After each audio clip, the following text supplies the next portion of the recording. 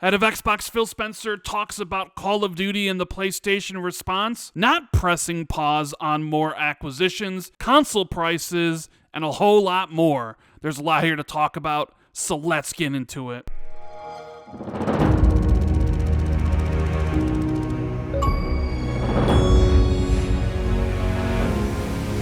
What is up, everybody? This is Randall419, the man with the million, back again with another video. I hope everybody is having a great day. And if you guys can do me a huge favor, make sure you hit that like button, subscribe if you're new, and please share this out on social media. I would greatly appreciate it. Now, before we get started in the video, I just wanted to make a personal announcement. Jez Corden and myself have started a Patreon for the Xbox 2. The link will be in the description. A lot of different tiers, a lot of cool perks for you guys if you do want to support us. The main thing being that we are going to be putting on a monthly exclusive Patreon podcast. So make sure you check out the Patreon to see if you want to support it. But moving on from that, a lot of you guys have been sending me this interview with Phil Spencer because you wanted me to talk about it. And if it was a couple months ago, I probably wouldn't have made a video because I didn't really feel maybe it was worth it, or I was a little bit burned out. But you know what? I feel pretty good, and I decided, why the hell not? Let's give you guys more content, and I do have some things to add what Phil Spencer's talking about here. Specifically, I don't know if you guys have noticed, but Sony's PR is doing a damn good job. Now, if you've been sleeping under a rock, last week, Sony and Microsoft's battle over Call of Duty and Activision has kind of reached a fever pitch.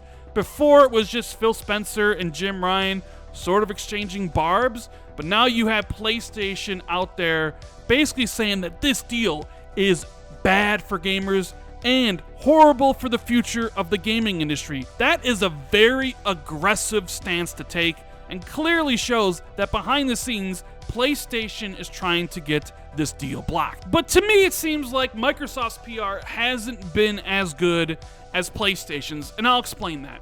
Because in this CNBC clip, where Phil is directly asked about certain things regarding Call of Duty and PlayStation, you get the sense that Sony's PR is sort of winning the battle. They've convinced regulators, especially the CMA, that this deal is bad for the industry because it's bad for PlayStation. When you look at what Sony has said, they're presenting themselves as a victim and a savior of gamers, that this deal is so bad for everybody that you can't let it go through. And when I play this clip and we discuss about what Phil means, you'll see what I'm talking about, because the interviewer is constantly asking about PlayStation. Well, how do PlayStation gamers feel about this? How do PlayStation gamers feel about that? So it's sort of gotten to that level where even the media thinks Sony is the underdog in all this, and that Microsoft owning Call of Duty might be a bad thing. Listen to the questions this guy asks Phil, and we'll be back to discuss. Speaking of content, there's no avoiding what every gamer has been talking about, I suppose, over the last couple of weeks, and that is this ongoing stoush with Sony when it does come to regulation. I've got to ask you, if you ask Sony, if you hear from Sony, obviously we know what Jim Ryan is suggesting, that the 3 years isn't enough in terms of providing for Call of Duty, and it's something that the regulators are now obviously going to be looking at. Can you not just provide that clarity and just say, hey, we'll make it available in perpetuity? Yeah, I can't talk a ton about where we are in regulatory just because of the mechanism that is. You know, I've said out there publicly to our fans and our customers, which is where our strongest commitment is, that our expectation is that we'll continue to ship Call of Duty on PlayStation and other places where people see, and hopefully expand the number of places that people are playing all of our games. That's been our goal. We put the player at the center, and through technologies like cloud, through shipping day and date on PC, our expectation is the games that we're building will be played by more players going forward. And that's our goal with all the games that we're building today. But can you understand as well, if you're in Sony's shoes and then you see that the strength that Game Pass has right now, the ability that you guys have been having, and I'm a Game Pass user myself, so it's an incredibly good service. But if you were to say, for example, put Call of Duty for free on Game Pass, and then Sony users still have to pay for Call of Duty, that could create problems as well? You know, when I look at something like Game Pass specifically, I think it's the output of competition in our market. We sat back as Microsoft and Xbox, and we thought, how can we innovate and create value, as you're talking about as a Game Pass subscriber? Thank you. How can we provide value to players? And we came up with a new model for customers building out their library of games, and gamers love it. I think that's what competition is about. Competition is about driving competitors to innovate, driving competitors to do new things like cloud, like subscriptions, like building new intellectual property. And I think everything that we've been focused on is how do we compete effectively and how do we deliver more value to our customers. But you understand the fear, right, considering with Bethesda and then making a raft of the titles exclusive that Sony's probably having, thinking that this is going to be round two when it does come to that in terms of Activision's IP. You know, exclusivity of titles has been something that's just been a backbone of our industry for an awful long time. We made a move a few years ago that when we ship our games, we're going to ship them on console and PC. We obviously make them available to almost anybody with a web browser today. You can go to xbox.com/play and play our games via the cloud. So we're about giving access to our games to more players going forward. That's our goal. So when we think about exclusivity for us, we're going to have exclusive titles on Xbox. We do today. It's part of our platform to drive affinity for what we do. But we want those games to end up being played by more players than they've ever been played before. And we build out the technology and business model innovation to make that possible. So I think you can sort of see what I'm getting at here, right? The first question's like, well, you've said you want to keep Call of Duty on PlayStation. Why not just offer Sony a contract in perpetuity? And the second one is, isn't it kind of not fair that you'll be able to put Call of Duty on Game Pass for free and that PlayStation gamers would have to be charged $70? All Phil really said about this is he can't really talk too much about it because of the mechanism of the acquisition and that, hey, we've signaled publicly to our fans that we expect to ship Call of Duty on PlayStation for quite some time, and then expand the places where people play all their games. So he talks a couple seconds about Call of Duty, but then gets into the Xbox PR about, hey, bringing games to more places,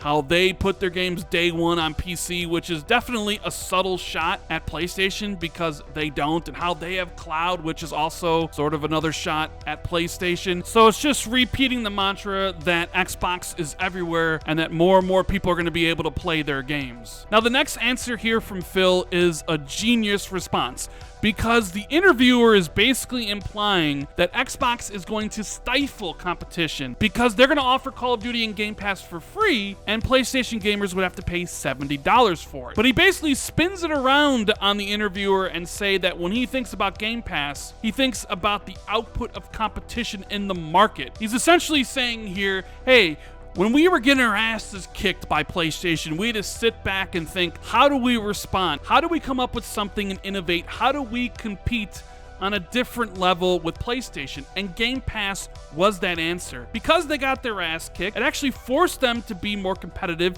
and innovate in ways maybe they wouldn't have done if PlayStation didn't run away with the generation. And Phil wisely says there at the end that this is what competition is all about. And I 100% agree. This is what everybody should care about. Corporations fighting over your time and money is exactly how gamers get the best of everything. Competition brings out the best in everybody.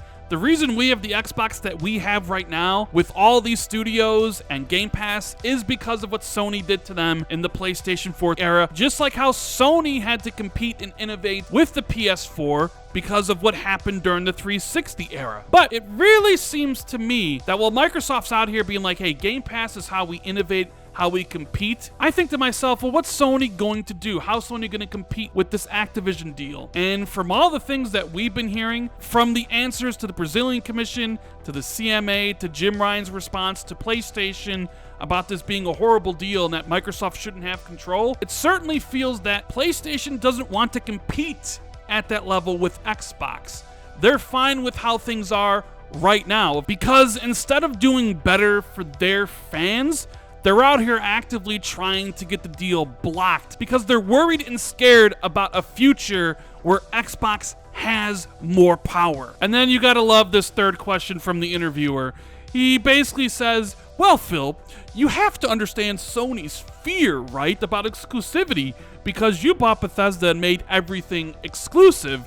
Like, seriously, these first three questions from this guy, it almost seems like he's reading directly from a Sony PR thing, because everything was framed around PlayStation, PlayStation, PlayStation. And I don't know if that's hilarious or sad in that regard, because when Sony makes all their deals or when Sony acquires companies, nobody asks them about how Xbox gamers feel or how Microsoft feels about all this. But when the shoe's on the other foot and when Xbox is doing something that Sony can't, it's like, well, how does Sony feel? What about the PlayStation gamers? Are you stifling competition? I mean, and Phil answered the exclusivity question by basically saying, yeah, we have exclusives. We're always going to have exclusives. It's part of the platform to drive affinity for what we do.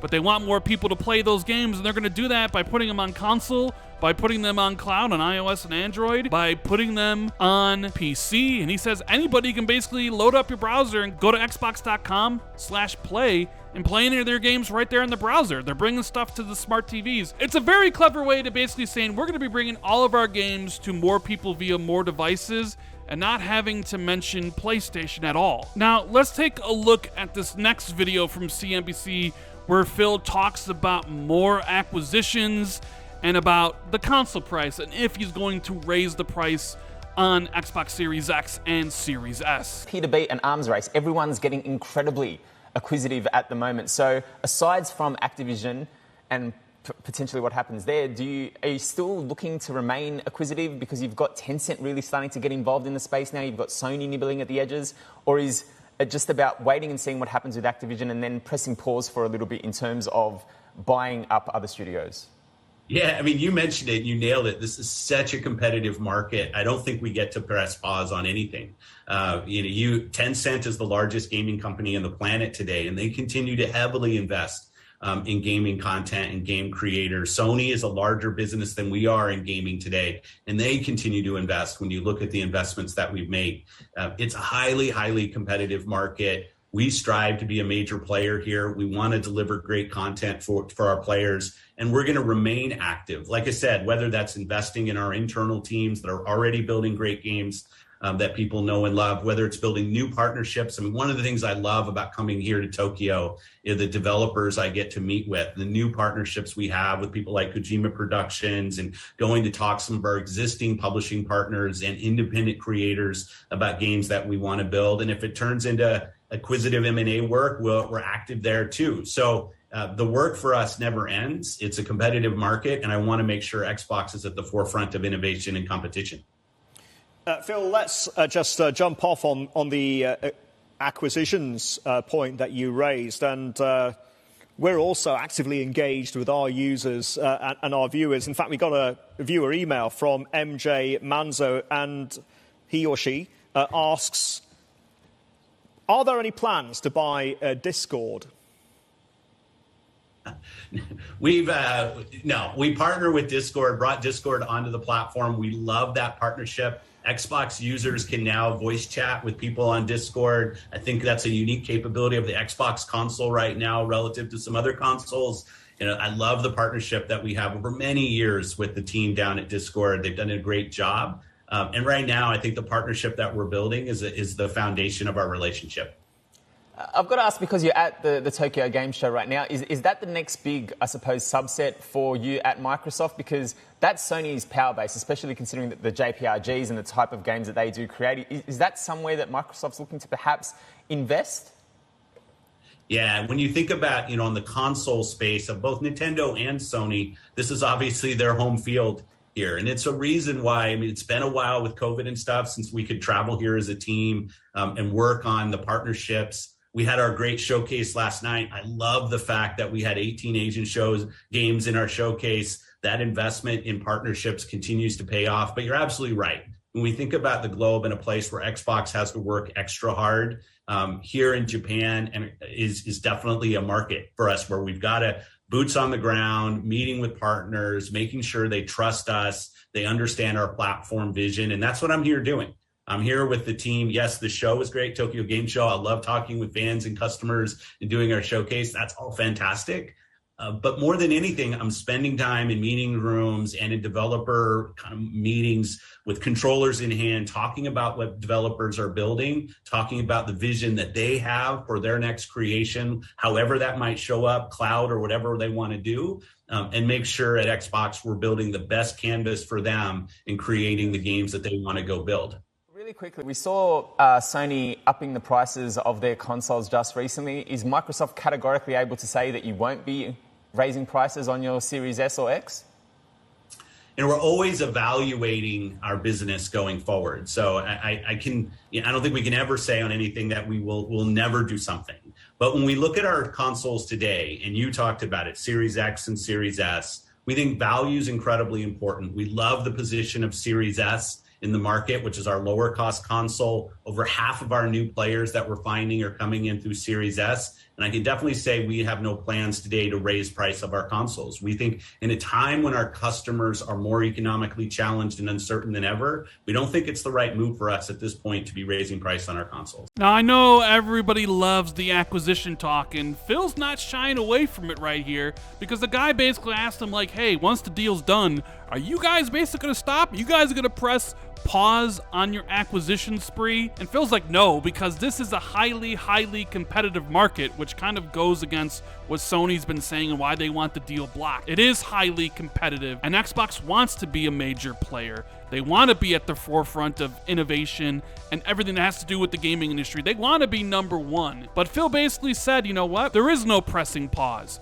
because they want to deliver great content for players, and they're going to remain active. So, of course, this is going to start the speculation, because he was directly asked about Japan, and he said, yeah, now we know about the Kojima partnership. That's one thing. Xbox does deals for Game Pass all the time. We just saw Arc System Works and their game Guilty Gear Strive come to the platform, or the Persona games from Atlas come to the platform, so those sort of deals. And maybe Phil's dream of having a Japanese studio as part of Xbox Game Studio will happen in the future. It is definitely something that he's wanted for a while, and he even said here, you know, if those talks turn into mergers and acquisitions, we're right there. And every Xbox fan should take this to heart, because he said he wants to make sure that Xbox is at the forefront of innovation and competition. I know this video is kind of getting long, but this is the last topic about raising the console price. You know, the interviewer asked Phil, hey, do you have any plans of raising console prices like PlayStation did? Phil responds by saying, hey, we're always evaluating our business, but right now we don't have any plans,